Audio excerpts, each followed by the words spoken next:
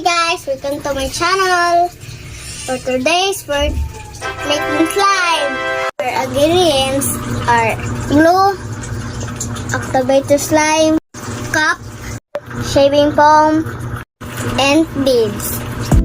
Step 1, put the glue in the cup. Let's start guys.